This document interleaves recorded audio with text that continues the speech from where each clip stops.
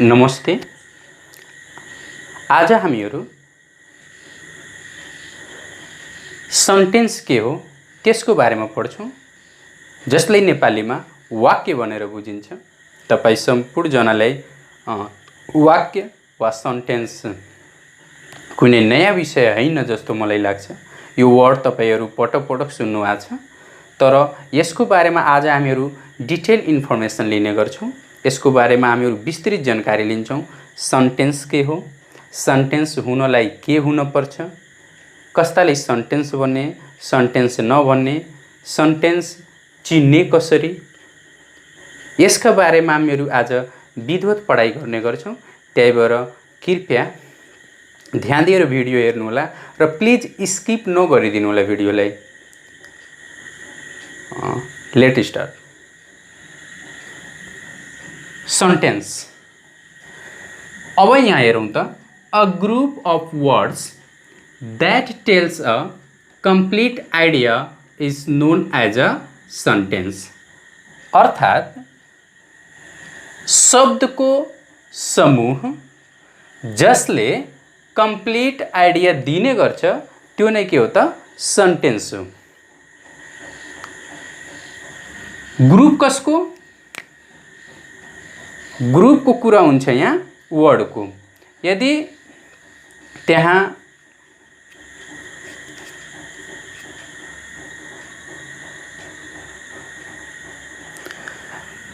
A group of words that tells a complete idea, यानी कि यो वर्ड्स को के हुन पर्छ, ग्रुप हुन पर्छ र अर्को कुरा के हुन पर्छ त, कंप्लीट आइडिया हुन पर्छ।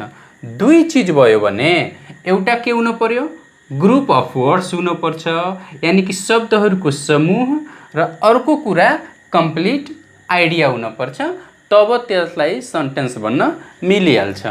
अर्थात वाक्य भनेको शब्दहरूको समूह जससँग कंप्लीट मिनिङ हुन्छ, त्यसैले के भन्न मिल्छ त, वाक्य भन्न मिल्छ। दुई चीज यसमा मिस गर्न भएन। पहिला ग्रुप अफ वर्ड्स र दोस्रो कुरा कंप्लीट आइडिया। फेरि बुझ्नुस्, वर्डहरूको ग्रुप हुन पर्छ, कम्बिनेसन हुन पर्छ, समूह हुन पर्छ। त्यहाँ धेरै वर्डहरू मिलेर बनेको हुन पर्छ, वा एक भन्दा बढी वर्डहरू मिलेर बनेको हुन पर्छ। कहिलेकाहीँ त एउटा सिम्पल एउटा वर्डले पनि सेन्टेन्स बनाएको हुन्छ कहिलेकाहीँ। जस्तै स्टप। स्टप भन्नाले वर्ड हो एउटा, तर यसले यो स्टप भनिदिन्छ, यानी कि यसले एउटा सेन्टेन्सको रूप पनि लिइदिन्छ। त ग्रुप अफ वर्ड्स र कंप्लीट आइडिया दुई चीज भयो भने यसले के गर्ने गर्छ त, सेन्टेन्स हुने गर्छ। यसमा एउटा अर्को कुरा के दिएछ भने, टु गिभ कंप्लीट सेन्स, यानी कि पूर्ण सेन्स दिनलाई words must be put in proper order. त्यसमा प्रयोग भएका शब्दहरू एउटा राम्रो क्रममा हुन पर्छ। उचित क्रममा भयो भने मात्र त्यसले के गर्छ त, कंप्लीट सेन्स दिन्छ। यदि त्यो वर्डहरूलाई प्रोपर अर्डरमा राखिएको छैन भने त्यसले कहिले पनि अर्थ दिँदैन। र यदि त्योसँग कंप्लीट आइडिया हुँदैन त त्यो के हुँदैन त, सेन्टेन्स हुँदैन। दुई कुरा बुझ्नुस्, सेन्टेन्स हुनलाई दुई कुराबाट जान्न जरुरी छ। एउटा कुरा के जान्न जरुरी छ भने, ग्रुप अफ वर्ड हुन पर्छ, अर्को कुरा कंप्लीट सेन्स हुन पर्छ र आइडिया हुन पर्छ। दुई चीज भयो भने त्यो सेन्टेन्स बन्छ। जस्तै मान्नुस्, ओमकार लिभ्स इन महाराजगंज। अब ओमकार पनि एउटा वर्ड हो, लिभ्स पनि एउटा वर्ड हो, इन पनि एउटा वर्ड छ, र महाराजगंज पनि एउटा वर्ड हो। वर्ड अस्ति म बताएको थिएँ, वर्ड भनेको के त, group of letter that has the meaning. त ओमकारमा 5 वटा लेटर छन्, ओ छ, एम छ, के छ, ए छ, आर छ। ओमकार, ओमकारको के मिनिङ छ, या छ। यो एउटा प्रोपर नाउन हो। लिप्स LIVES लिभ्स लिभ्स मतलब बस्नुहुन्छ। अब बस्नुहुन्छ भने योसँग पनि मिनिङ भयो त यो पनि वर्ड भयो। यानी कि 1 2 3 4 वटा वर्ड मिलेर कम्प्लिट सेन्स दिइरहेछन् कि नै। हेर्नुस् त, Omkar lives in Maharajganj complete sense दिइरहेछ। ओके, त यो के भइहाल्यो त सेन्टेन्स भइहाल्यो। अब अर्को कुरा हेर्नुस् त, यही वर्डहरूलाई यताउति यानी कि प्रोपर अर्डरमा हैन, अब प्रोपर अर्डरमा नराख्ने हो भने त्यो वर्ड त्यो सेन्टेन्स हुँदैन। जस्तै महाराजगंज लिभ्स ओमकार इन, पहिलो सेन्टेन्समा जुन जुन वर्डहरू प्रयोग भएका छन् त्यही वर्डहरू दोस्रो सेन्टेन्समा पनि प्रयोग भएका छन् वा दोस्रोमा पनि प्रयोग भएका छन्। दोस्रो सेन्टेन्स भन्न मिल्दैन किनभने यो सेन्टेन्सै हुँदैन। दोस्रोमा पनि के भएका छन्, पहिलोमा ओमकार लिभ्स इन महाराजगंज 4 वटा वर्डको प्रयोग गरिएको छ। यो 4 वटा वर्ड ग्रुप अफ वर्ड्स भयो। अब दोस्रो शर्त हेरौँ त कम्प्लिट आइडियाको। ओमकार लिभ्स इन महाराजगंजसँग कम्प्लिट आइडिया छ, उनी महाराजगंज ओमकार महाराजगंज बस्छन् भन्ने छ भने यसले कम्प्लिट सेन्स दियो। यानी कि दुवैले गुण यसमा छ, फर्स्टमा छ, त्यही भएर यो के भयो त, यो फर्स्टवाला के भयो त सेन्टेन्स भयो, सेन्टेन्स भयो। यो सेकेन्ड वाला हेर्नुस् त, महाराजगंज लिभ्स ओमकार इन। अब महाराजगंज लिभ्स ओमकार इन छ, यसमा कम्प्लिट मिनिङ छैन, कम्प्लिट आइडियै छैन। वर्डहरूको ग्रुप त छ तर त्यो के छैन त प्रोपर अर्डरमा राखिएको छैन। प्रोपर अर्डरमा नराखिएको हुनाले योसँग कम्प्लिट आइडिया भएन, त्यही भएर यो पनि के भएन त त्यही भएर यो के भएन त सेन्टेन्स भएन। यो सेन्टेन्स हैन, यो सेन्टेन्स हो। अब कोहीले लाग्न सक्छ कि त्यही सबै वर्डहरू 1 नम्बरमा थियो त यो के बनिहाल्यो, सेन्टेन्स बनिहाल्यो। त्यही सबै वर्डहरू दोस्रो नम्बरमा पनि छन् तर यो सेन्टेन्स बनेन, किन बनेन? यसको रिजन हेर्नुस्। म सुरुमै भने सेन्टेन्स हुनलाई 2 चीज हुनुपर्छ। पहिलो कुरा ग्रुप अफ वर्ड्स हुनुपर्छ, अर्को कुरा कम्प्लिट आइडिया हुनुपर्छ। योसँग यो दोस्रोसँग पहिलो म्याच खान्छ। ग्रुप अफ वर्ड्स छ यहाँ तर के भएन भने कम्प्लिट आइडिया यसले दिन सकेन, त्यही भएर यो के हुँदैन त सेन्टेन्स हुन सक्दैन। अब कम्प्लिट आइडिया किन दिन सकेन, किनभने यसमा प्रयोग भएका जुन वर्ड्सहरू छन् नि त्यो प्रोपर अर्डरमा छैनन्। जस्तै इङ्ग्लिसमा सेन्टेन्स हुनको लागि ग्रुप अफ वर्ड्स हुनुपर्छ, कम्प्लिट आइडिया दिएको हुनुपर्छ। तर यो कम्प्लिट आइडिया दिनको लागि जुन सबभन्दा इम्पोर्टेन्ट कुरा हो नि त्यो के हो त प्रोपर अर्डर हो। यदि प्रोपर अर्डरमा यी वर्ड्सहरूलाई राखिएन भने यसले मिनिङ दिँदैन। अझ मिनिङ दिँदैन त त्यसलाई कसरी सेन्टेन्स भन्न मिल्छ? सेन्टेन्स हुनलाई त यो नियमभित्र पर्न पर्यो कि परेन? के ग्रुप अफ वर्ड्स पहिलो कुरा, दोस्रो कुरा कम्प्लिट आइडिया। अब कम्प्लिट आइडिया दिनलाई त प्रोपर अर्डरमा जानुपर्छ वर्डहरूलाई। यहाँ वर्ड त छ, महाराजगंज पनि वर्ड हो, लिभ्स पनि वर्ड हो, ओमकार पनि वर्ड हो, इन पनि वर्ड हो। तर समस्या के भइदियो भने यी वर्डहरू प्रोपर अर्डरमा छैनन्। प्रोपर अर्डरमा नभएको हुनाले यिनीहरूसँग कम्प्लिट सेन्स छैन। जब कम्प्लिट सेन्स हुँदैन त त्यो सेन्टेन्स हुँदैन। बुझ्नुभयो? गुड। यसरी बुझ्दै जानुस् तपाईहरु। म फेरि एकचोटि भनिदिन चाहन्छु, सेन्टेन्स भनेको शब्दहरूको ग्रुप हो जोसँग कम्प्लिट आइडिया वा कम्प्लिट सेन्स हुने गर्छ। कम्प्लिट आइडिया वा कम्प्लिट सेन्स हुनको लागि त्यसमा प्रयोग भएका वर्ड्सहरू भन्नाले ओमकार, लिप्स, इन, महाराजगंज, यो वर्ड यो सबै वर्डहरू के हुनुपर्छ त प्रोपर अर्डरमा हुनुपर्छ। तब त्यसले के गर्न थाल्छ, मिनिङ दिन्छ।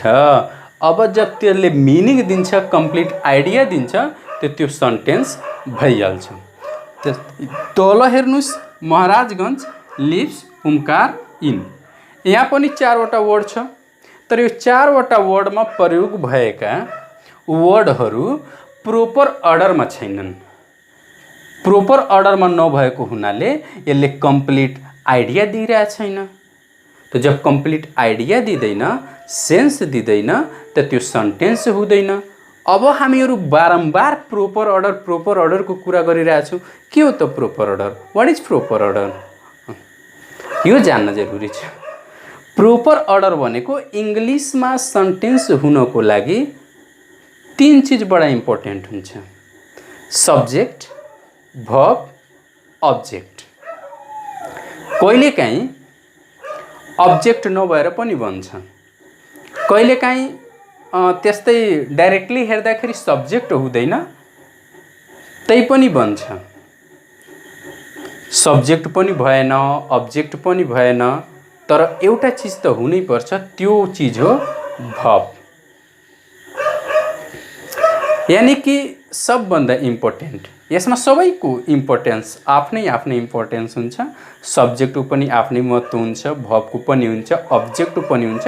मैले भन्न खोजेको के हो भने सेन्टेन्स हुनलाई यो तीनटैको हुन बडा जरुरी छ। तर कहिलेकाहीँ बिना अब्जेक्टको पनि सेन्टेन्स बनेको हुन्छ, कहिलेकाहीँ बिना सब्जेक्टको पनि सेन्टेन्स बनेको हुन्छ। बिना सब्जेक्टको भन्नको मतलब त्यसको अगाडि सब्जेक्ट त्यस्तै देखिन्न, तर त्यो लुकेर बसेको हुन्छ। बुझ्नलाई बुझिन्छ कि त्यहाँ यो सब्जेक्ट छ भनेर, तर त्यो सेन्टेन्समा युज भएको हुँदैन। जस्तै हामी भन्छौँ नि ओपन द डोर। अब ओपन द डोर भन्छौँ, त्यसमा ओपन अलरेडी भर्ब, पहिल्यै भर्ब छ नि, अलरेडी त्यहाँ भर्ब युज गरिएको छ, पहिले त्यहाँ भर्ब युज गरिएको छ। ओपन द डोर सब्जेक्ट छ छैन, तर त्यहाँ लुके छ सब्जेक्ट, त्यहाँ सब्जेक्ट यु लुकेको छ। त लुके पनि डाइरेक्टली त त्यसरी हेर्दाखेरि त छैन नि। त्यही भएर मैले भनेको त्यसलाई फेरि अन्य रूपमा नलिदिनु होला। त प्रोपर अर्डर हुनको लागि वा प्रोपर अर्डरमा लेख्नको लागि यो सिक्वेन्समा जानुपर्छ। सब्जेक्ट, भर्ब र अब्जेक्टको सिक्वेन्समा गयो भने, क्रममा गयो भने त्यो बल्ल एउटा कम्प्लिट आइडिया दिनेवाला बन्छ। जस्तै अब सब्जेक्ट हेर्नुस् त, महाराजगंज, लिप्स, ओमकार, इनमा सब्जेक्ट के हो त? सब्जेक्ट हो ओमकार। त्यसपछि भर्ब चुज गर्नुस्, भर्ब भनेको लिप्स भयो, ओमकार, लिप्स। त्यसपछि अब्जेक्ट के भइहाल्यो त? महाराजगंज, इन, महाराजगंज। त ओमकार, लिप्स, इन, महाराजगंज। अब यसलाई प्रोपर वेमा जब राख्नुभयो त यो भइहाल्यो तपाईको सेन्टेन्स। जबसम्म प्रोपर वेमा राख्नुहुन्न तबसम्म त्यो सेन्टेन्स हुँदैन। त फेरि म एकचोटि भन्न चाहन्छु, सेन्टेन्स हुनको लागि 2 चीज बडा महत्त्वपूर्ण हुन्छ। पहिलो चीज हो ग्रुप अफ वर्ड्स र दोस्रो कुरा हो कम्प्लिट सेन्स और कम्प्लिट आइडिया। र कम्प्लिट सेन्स और आइडिया दिनको लागि त्यसमा प्रयोग भएका वर्ड्सहरूलाई प्रोपर अर्डरमा लेख्न सक्नुपर्छ। यदि प्रोपर अर्डरमा लेख्न वा बोल्न सक्यौँ भने मात्र त्यो सेन्टेन्स बन्छ। अब प्रोपर अर्डर भन्नाले पनि म बताइदिएँ, subject, verb, object. At first you have to choose subject. पहिले तपाईले सब्जेक्ट, कर्ता, काम गर्नेवाला चुज गर्नुपर्छ। त्यसपछि तपाईले एउटा भर्ब चुज गर्नुपर्ने हुन्छ, त्यो कर्ता अनुसारको एउटा भर्ब हुन्छ र भर्ब अनुसारको एउटा अब्जेक्ट हुन्छ। तब मात्र त्यो के बन्छ त? सेन्टेन्स बन्छ। र यसले पक्कै यदि सब्जेक्ट, भर्ब र अब्जेक्ट, सब्जेक्ट अनुसारको भर्ब र भर्ब अनुसारको अब्जेक्ट यदि हामीहरू सिलेक्ट गर्यौँ भने त्यो पक्कै पनि कम्प्लिट सेन्स दिन्छ र कम्प्लिट सेन्स दिने बित्तिकै त्यो के बनिहाल्छ त सेन्टेन्स बनिहाल्छ। एउटा सिम्पल कुरा म गर्छु, तपाईहरु ध्यान दिएर हेर्नु होला। बुझिएको छैन भने प्लिज कमेन्ट सेक्सनमा भन्नु होला, म यसलाई फेरि पुनः सम्झाइदिन्छु। अब यहाँ हेर्नुस् त तपाईहरु, एउटा सब्जेक्ट म लिए, सब्जेक्टमा लिइहाले अ काउ, त्यसपछि एउटा भर्ब लिए, भर्बमा गर्दिए इट्स। त अ काउ के भयो त सब्जेक्ट भयो, यो सब्जेक्ट भयो अ काउ। त्यसपछि म एउटा भर्ब लिए, भर्ब भनेको काम, उसले गर्ने काम, के काउले कुन काम गर्ने भयो त खाने काम गर्ने भयो भनेको इट्स, अ काउ इट्स। त्यसपछि एउटा अब्जेक्ट, अब मैले भने नि भर्ब अनुसारको अब्जेक्ट हुनु पर्यो। भर्बमा के गर्नु भएको छ, खाने कुरा लेख्नु भएको छ, यानी कि खाने भर्ब दिनु भएको छ भने अब यहाँ अब्जेक्टमा खाने कुरा हुनुपर्छ, त्यस बेला मात्र के हुन्छ त त्यो अब्जेक्ट बन्छ। अब हेर्नुस् त अ काउ सब्जेक्ट भयो। अब यो सब्जेक्ट अनुसारको भर्ब भनेको अब यो गाईले गर्न सक्ने काम हुनुपर्छ। फ्लाइज एरोप्लेन गर्नुहुन्छ भने त्यो सुटेबल हुन्छ त, गाईले कहीं एरोप्लेन चलाउँदैन नि, त्यही भएर सब्जेक्ट अनुसारको भर्ब सेलेक्ट गर्न सक्नुपर्छ, तब त्यो प्रोपरमा हुन्छ र त्यो कम्प्लिट सेन्स पनि दिन्छ, त्यसलाई सही भएको पनि मानिन्छ। नै त वाक्यमा प्रयोग गर कसैले भनिदियो भने अब भन्नुहुन्छ I eat desk and bench, त ठिक छ, एक हिसाबले हेर्दाखेरि त भयो नि सेन्टेन्स, तर वास्तवमा त्यसले दिनुपर्ने जुन सेन्स हो नि त्यो दिएन। I sit on desk and bench गर्नुहुन्छ, त्यसको अर्थ अलि अलग हुन्छ, तर I eat desk and bench गर्नुहुन्छ भने त्यसको अर्थ अलग हुन्छ। त प्रोपर अर्डर जुन छ नि, यो प्रोपर अर्डरमा हुनलाई त सब्जेक्ट पहिला लेखिदिएँ अ काउ, भर्ब लेखिदिएँ इट्स, र अब अब्जेक्ट चाहियो। अब्जेक्ट हेर्नुस् त,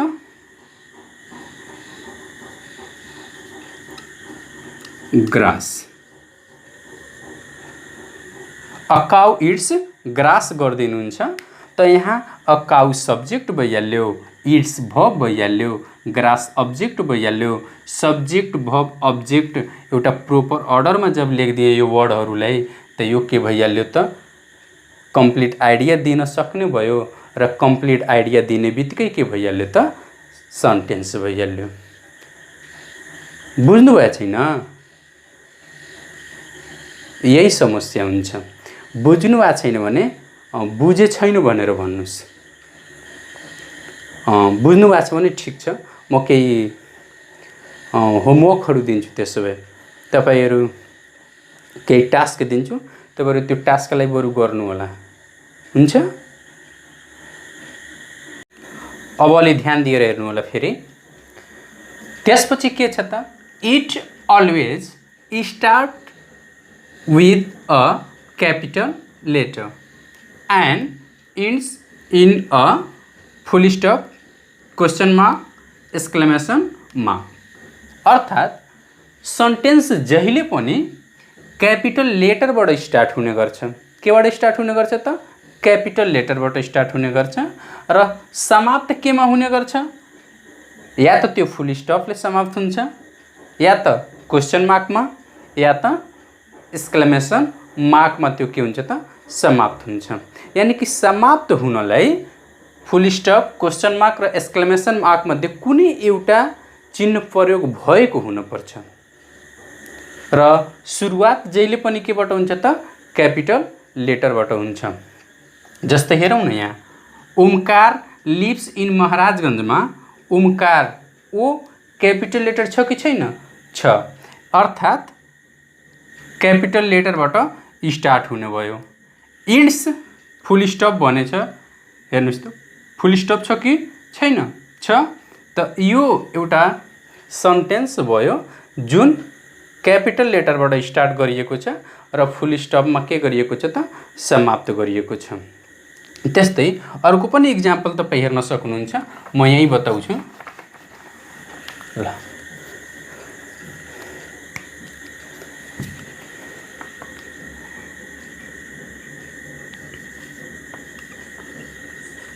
Where does Ram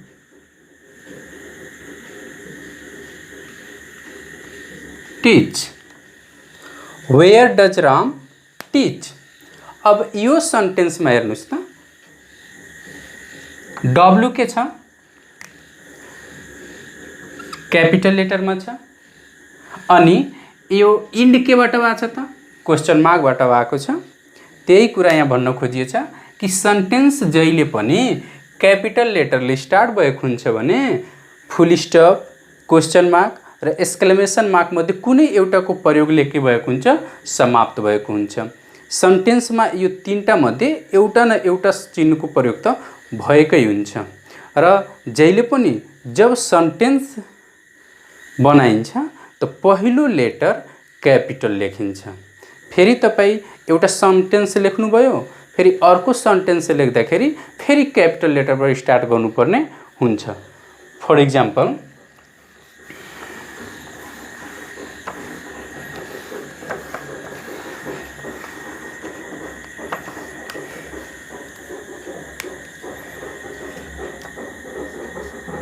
I am a student of class 8.